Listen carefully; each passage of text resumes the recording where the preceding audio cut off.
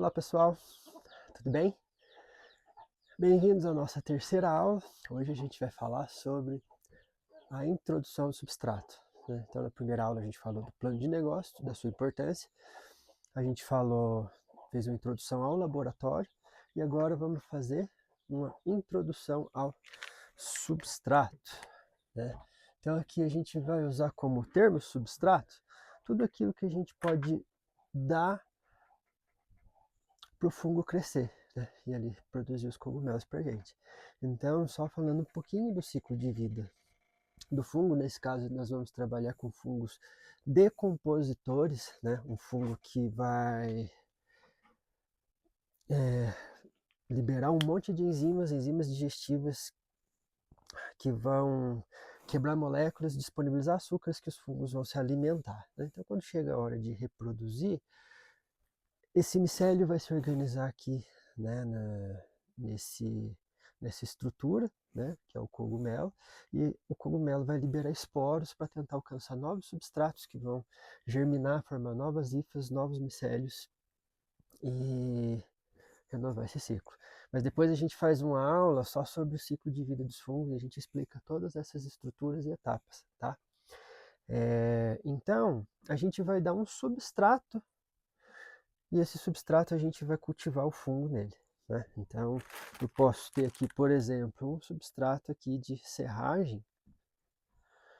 Isso aqui foi inoculado ontem, então ele nem começou a soltar aqui as hifas ainda, né? Daqui a pouco a gente já consegue enxergar o micélio dele expandindo. Então, assim, que tipos de substrato que a gente pode usar? Antes disso, quem está entrando no assunto, está pesquisando sobre produção de cogumelos, tem um livro do Paul Stamets, Mushroom Cultivator. É um belo livro, vai te dar muita informação importante, desde a semente até diversas espécies de cogumelos. Tá? Outro livro dele legal é o Growing Gourmet and Medicinal Mushrooms, que fala sobre bastantes espécies variadas, o habitat delas. Depois ele fala um pouco de substrato também.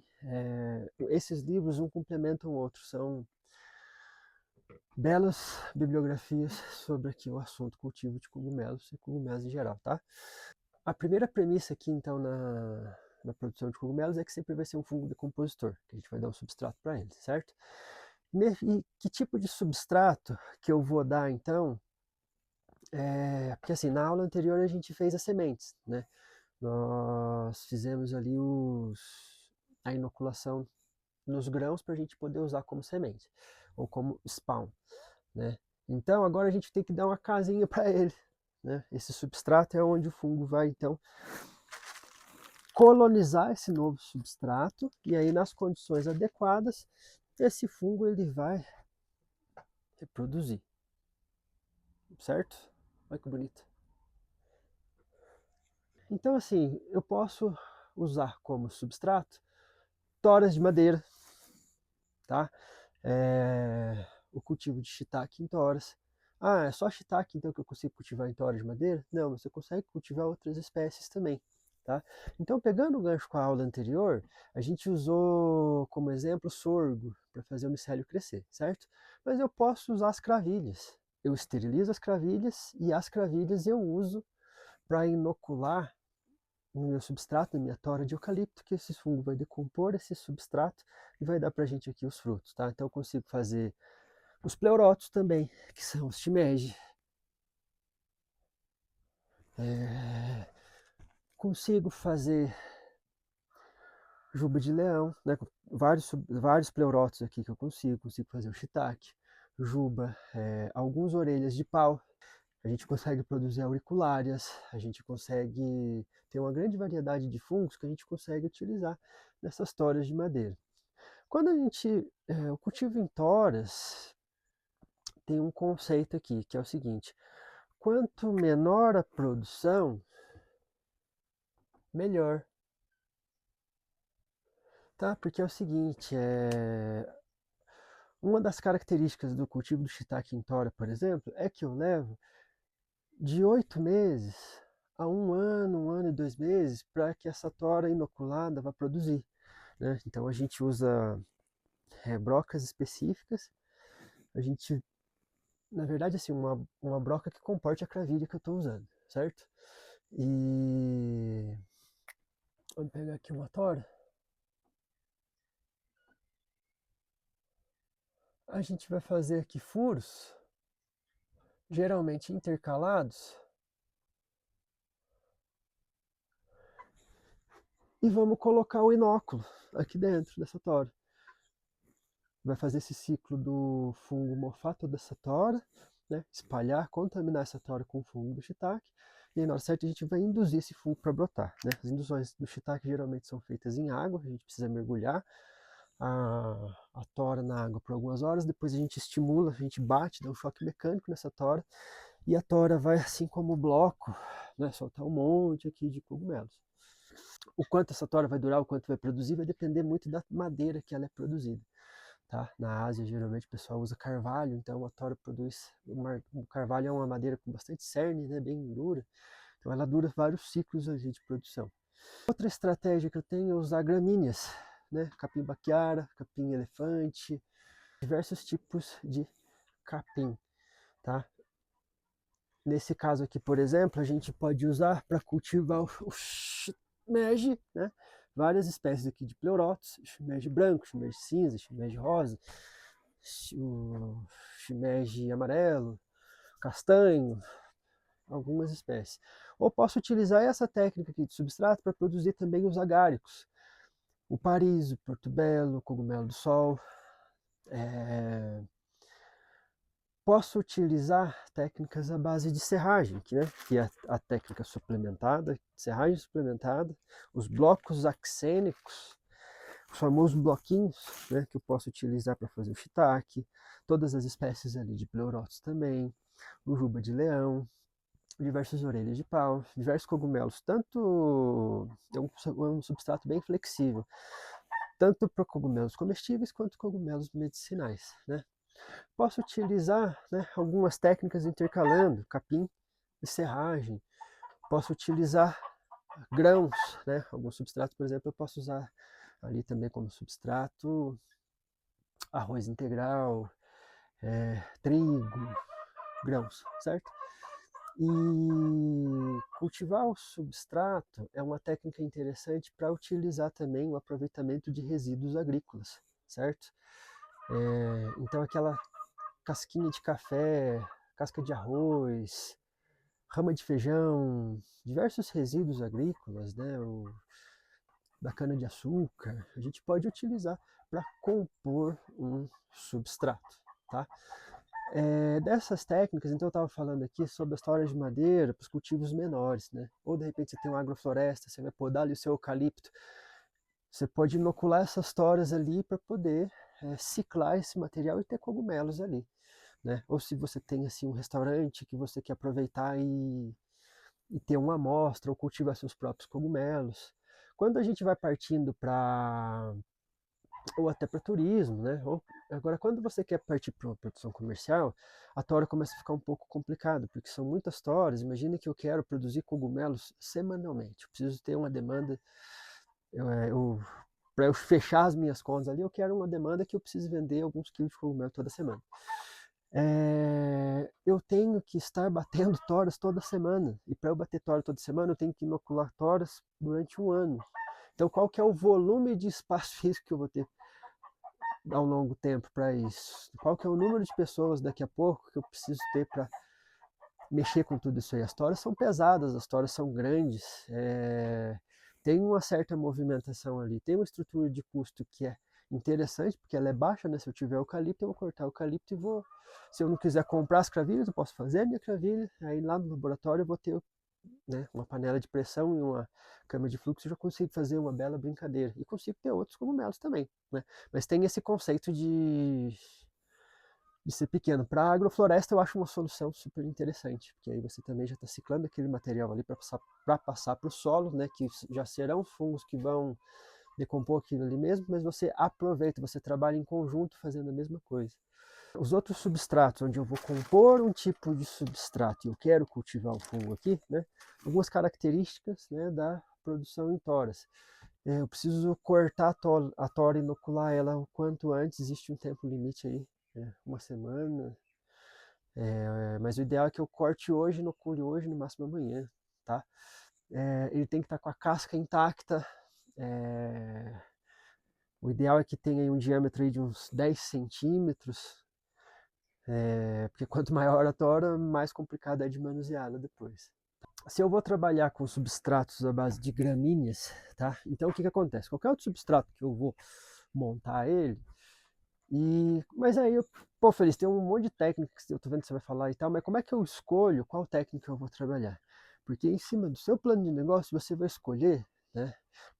Quando você pesquisou o mercado, você estudou o assunto, você deu uma volta na rua ali, você entendeu que o shimeji, os pleurotos, né? Pô, o shimeji branco, o shimeji cinza, tem o mercado rosa ali que dá para explorar bastante, o citrinopleatus amarelo. Eu acho que eu quero, né, partir para o substrato. Eu vou partir para o substrato de gramínea. Eu tenho uma situação de pastagem, eu consigo cultivar meu capim, beleza. Ou tenho a serraria próxima, eu vou trabalhar com serragem. Fábrica, o que tem na sua região e eu vou atrelar isso com qual espécie eu vou produzir. Então vamos supor que eu vou produzir o pleurotus, né? Na técnica de gramíneas. Então, todo substrato que eu vou usar, eu preciso fazer uma higienização do meu substrato. O que é que isso significa? Eu preciso eliminar, né, bactérias, fungos, protozoários, esporos que estão nesse substrato aí na natureza, né? Qual que é o objetivo do cogumelo? É liberar o maior número de esporos que ele conseguir. Agora, quantos cogumelos nós temos por aí esporulando ao mesmo tempo, né? Samambaias, algas também reproduzem esporos, né? Então são muitos esporos espalhados no ar. E alguns deles, já, né, quando vão caindo no substrato, já conseguem germinar, formar ali, né, pequenos traços de micélio. Então nós precisamos de alguma forma eliminar, né, parte desses indivíduos ou tentar eliminar, sim, quase todos. Então, dependendo do substrato, eu uso técnicas diferentes para isso, ou pasteurização ou esterilização. Tá? Então vamos falar um pouquinho dessas técnicas dentro desses substratos. Tá? Substrato de gramínea, geralmente eu preciso compostar esse material, então é um substrato compostado, né? Um substrato, a gente também chama ele de composto. Tá? Para fazer esse substrato eu posso usar capim braquiara, né? O mais usado é o braquiara, eu posso usar silagem, eu posso usar feno, diversos tipos de capim aqui. E esse capim a gente precisa, aí quando a gente vai montar esses substratos, a gente precisa, né, quando a gente define a espécie, a gente define uma coisa muito importante, que é a relação de quanto de carbono, quantas partes de nitrogênio tem nessa relação, a gente chama de relação CN. Então, alguns substratos são altos em carbono, mas são baixos em nitrogênio, né? Então, a gente precisa equilibrar essa relação. Então, a gente adiciona substratos ricos em farelos, ricos em nitrogênio, para a gente equilibrar e poder dar cogumelo para a gente. Só que aí existe um ponto importante da gente ver qual é a melhor condição para cada cogumelo, porque se o substrato fica muito rico em nitrogênio, coloca muito farelo, ele pode contaminar muito fácil. E aí o substrato está ali todo tranquilo, ele sabe que tem muita comida, tem muito açúcar disponível ali, fica com preguiça de trabalhar, dá uma produtividade baixa. A falta também pode atrapalhar isso. Então é muito importante eu me atentar à relação carbono-nitrogênio que cada cogumelo precisa. E eu vou controlar isso, né, de acordo com a espécie precisa e de que tipo de formulação que eu vou usar. Porque o pleurotus, por exemplo, shimeji, eu posso cultivar tanto em gramíneas quanto em serragem, certo?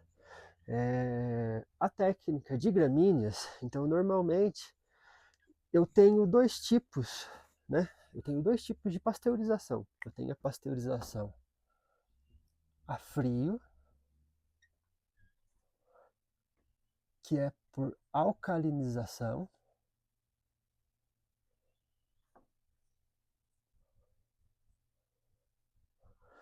eu tenho a pasteurização a calor.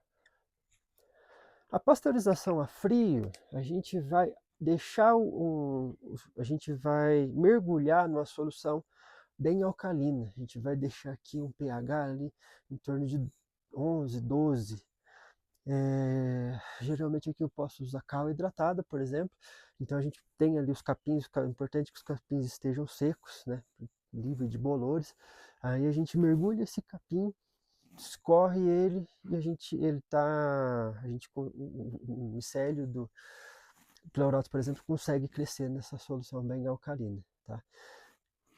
Não é, isso é bem legal para você brincar, para você começar a entender o reino ali dos fungos, mas numa produção comercial eu acabo tendo que usar uma quantidade bem maior de semente para que eu não tenha contaminação, né? E como eu não tenho uma suplementação adequada, eu tenho uma produção que pode ser mais baixa.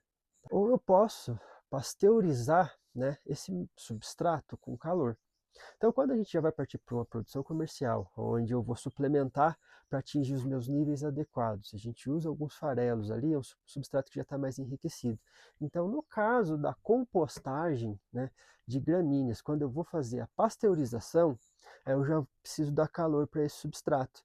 Mas antes desse substrato entrar para o calor, o substrato, quando ele é feito pela técnica de pasteurização, ele vai continuar com algumas bactérias e às vezes fica muitas vezes com esporos de fungo ainda, porque o esporo, a única forma de eliminar o esporo é com o processo de esterilização, tá? Onde eu tenho calor, mas eu preciso de pressão para atingir temperaturas mais elevadas. Então a pasteurização, eu preciso cultivar alguns micro-organismos ali que vão, de certa forma, enriquecer meu substrato. Vão deixar eles ali mais fortes e propensos ao cultivo do pleuróticos que a gente quer, tá? Então, para isso esse substrato começa por um processo de termogênese, onde ele vai gerar calor, né? A gente faz as pilhas de substrato e essas pilhas vão criando bactérias. É muito importante que sejam bactérias aeróbicas, tá? As bactérias que consomem oxigênio, então por isso que constantemente tem que virar as pilhas, e esse processo pode durar de 3 a 21, até mais de 20 dias, depende muito de como você segue, aí tem algumas variações aí de técnicas diferentes. Esse composto começa a gerar alguns micro-organismos importantes, então a gente precisa levar para pasteurizar e eliminar uma parte aqui que pode ser patogênica para o composto que eu não quero, tá? Patogênico no sentido de que ele vai entrar em confronto com o shimeji que eu quero que cresça ali, né? Para dar para gente esses frutos, né? Esses cogumelos maravilhosos, frutos não. Então, quando a gente começa a mexer esse substrato, ele vai fazer termogênese, ele vai gerar calor, né? Esse substrato vai passar ali de 50 graus. Então, a gente vai colocar esse substrato onde a gente vai fazer a pasteurização num túnel de pasteurização. Esse túnel geralmente é formado por serpentinas, onde eu aqui, né, injeto calor, e esse calor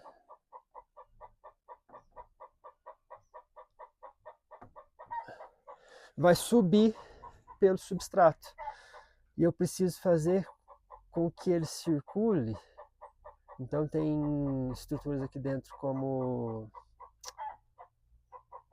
exaustores e ventiladores para poder fazer circular esse vapor e garantir que eu faça aqui o processo adequadamente, porque a pasteurização ela vai acontecer, eu vou elevar esse substrato até em torno de 65 graus. Só que o que acontece? Se eu tuchar fogo aqui e levar para 65 graus de hoje para amanhã, eu vou ter uma área externa do substrato aonde eu posso estar aqui já 65 graus, porque são feitos com pilhas grandes, isso aqui já é voltado para o cultivo comercial, tá? E o meio não fica legal, então é um substrato que se contamina muito fácil. Então é muito importante que eu crie uma situação na sala homogênea de calor, tá? Então esse aqui, posso elevar isso aqui em 5 dias de média, né? Isso pode variar um pouco, e aí depois eu preciso baixar essa temperatura também galinha botou ovo.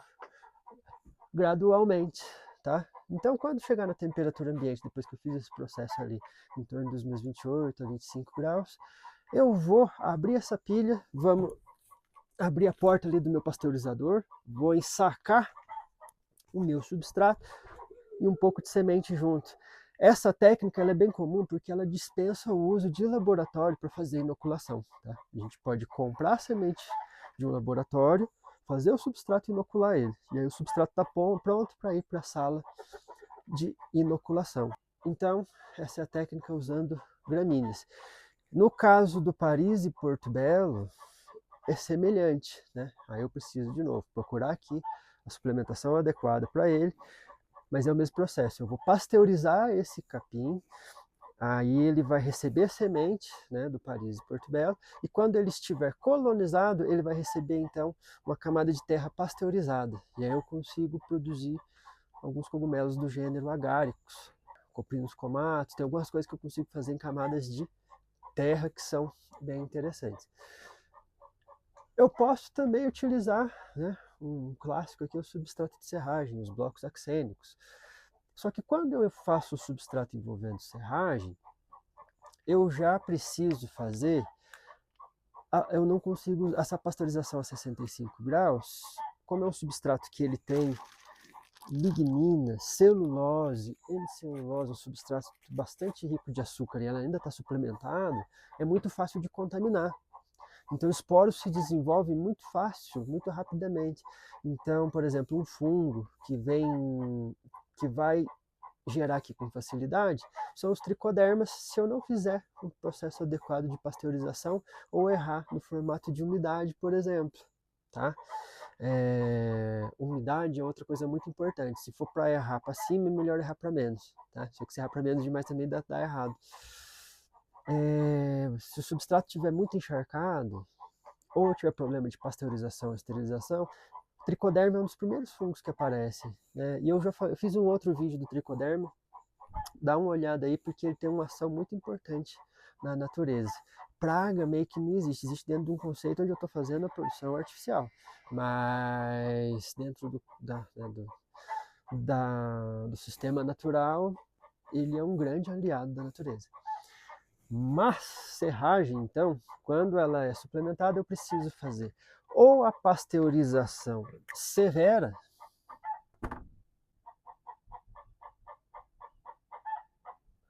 ou a esterilização. A pasteurização severa, eu vou elevar a temperatura ao máximo que eu conseguir, 98, 99 graus, e eu vou deixar esse substrato pasteurizando aqui por uma média de 3 horas a 10 horas, depende de quanta temperatura eu consigo, tá?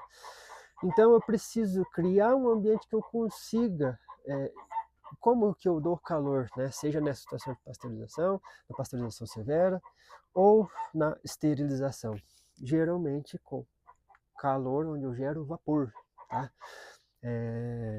Então a gente tem que pensar em formas de gerar vapor, seja uma bombona d'água que eu vou ficar fervendo ali, seja latão, seja comprar uma maquininha de sauna, seja trabalhar com estruturas de caldeiras e fazer isso de formas eficientes e controladas. Então tem muita forma de fazer isso, com resistências. Aqui, gente, eu não vou entrar em detalhe para não alongar muito, e assim, é uma introdução para você saber os formatos que dá para a gente trabalhar, tá? Então, uma técnica utilizada para pasteurização severa são pequenas salas.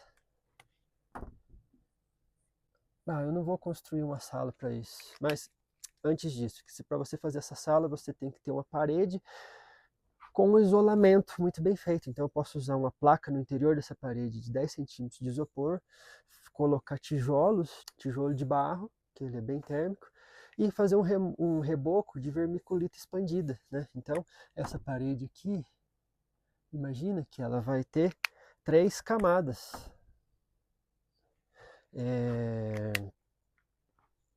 O que vai ajudar a manter o calor aqui dentro. Então se eu pegar um tamborzinho, tacar fogo nele ali, E é importante que é o seguinte, essas condições que a gente vai falar de temperatura, né, a gente precisa, vamos pensar aqui, no meio da minha sala, é muito importante que eu meça a temperatura dentro daqui, dentro do saquinho que eu estou pasteurizando, para garantir que as recomendações de cada técnica de substrato seja atingida. Se eu fiz isso, inoculo depois, porque tanto a pasteurização quanto a esterilização pede que eu faça a inoculação desses substratos lá no meu laboratório, pelo menos dentro da minha câmara de fluxo laminar, tá? Se eu faço boas práticas aqui, é muito provável que eu vou ter substratos com boa qualidade e com boa produção, tá? Então, assim, é uma técnica muito importante, porque se der errado aqui, você vai mandar para a produção e você vai perder todos os insumos, o tempo, tem uma logística para descartar isso depois e começa a custar muito caro, tá? Então é muito importante a gente fazer isso aqui direito. Quando o meu substrato atingiu essa condição aqui, e aí, mas você falou aí de 5 a até 10 horas, porque depende para eu atingir a temperatura dentro do meu espaço. Tá? Então isso vai variar de tempo, vai variar de como que você está gerando vapor. Feito isso, eu vou levar então esses substratos para o meu laboratório fazer a inoculação deles. Eles estão prontos para ir para a sala de inoculação. Tá? Essa técnica de pasteurização severa eu posso utilizar para substratos de serragem ou serragem e gramíneas. Quando eu vou trabalhar com substrato de serragem suplementada, outra técnica aqui pode ser a esterilização. A esterilização eu já elimino a maior parte aqui dos micro-organismos. Eliminar tudo 100% é um pouco difícil, mas eu deixo esse substrato em condições seguras de que quando eu colocar a minha semente, ele vai colonizar bem o meu substrato. Tá? Então a esterilização é quando eu atinjo uma temperatura de pelo menos aqui 121 graus. Aí essa temperatura pode oscilar um pouquinho conforme o nível do mar também. E eu atinjo, só que para atingir essa temperatura eu preciso de uma pressão de 15 libras de pressão, tá? Ou PSI. Nessas condições, pelo menos a 15 minutos, o meu substrato então está esterilizado. Eu posso fazer isso em panelas de pressão ou posso fazer isso através de autoclaves. Tá? Panela de pressão vai funcionar muito bem aqui para pequenos cultivadores em casa, ou a pessoa que trabalha sozinha ali que vai manusear pouco substrato. Né? A pasteurização severa funciona muito bem. Se você tiver a habilidade de pensar em construções, né? Utilizar esses tambores, até caixa d'água você pode fazer. Tem soluções bem interessantes que a gente consegue pasteurizar um pouco mais de substrato. Então, para esterilizar, panela de pressão autoclave. Tá? Esterilizei, aí a esterilização pede que também eu vá para o meu laboratório e faça a inoculação lá dentro. Depois disso, gente, todo substrato que eu vou, independente se eu comprei ou se eu fiz o meu substrato, eu vou ter que fazer a mesma coisa, que é passar para as técnicas de colonização, tá? É montar a minha salinha. Então, independente se eu fiz, se eu comprei, é uma regra só. Então, são algumas aqui técnicas de higienização de substrato. E isso é um pouco do que eu queria mostrar para vocês sobre o substrato. É uma introdução. Se você quiser saber mais sobre o assunto, quer fazer um bate-papo comigo, você pode vir fazer o curso. Então, quando você vai comprar o substrato, é a próxima aula, que é todo o material que eu disponibilizo, como que você cuida disso, quais são as pragas e doenças, tá aqui na descrição do vídeo, tá? Ou você vem fazer o curso, tá? Então, espero que vocês aproveitem a aula e, né, uma dica bônus para você que ficou até o final. Tem muita gente que me procura querendo fazer a transição, né, da cidade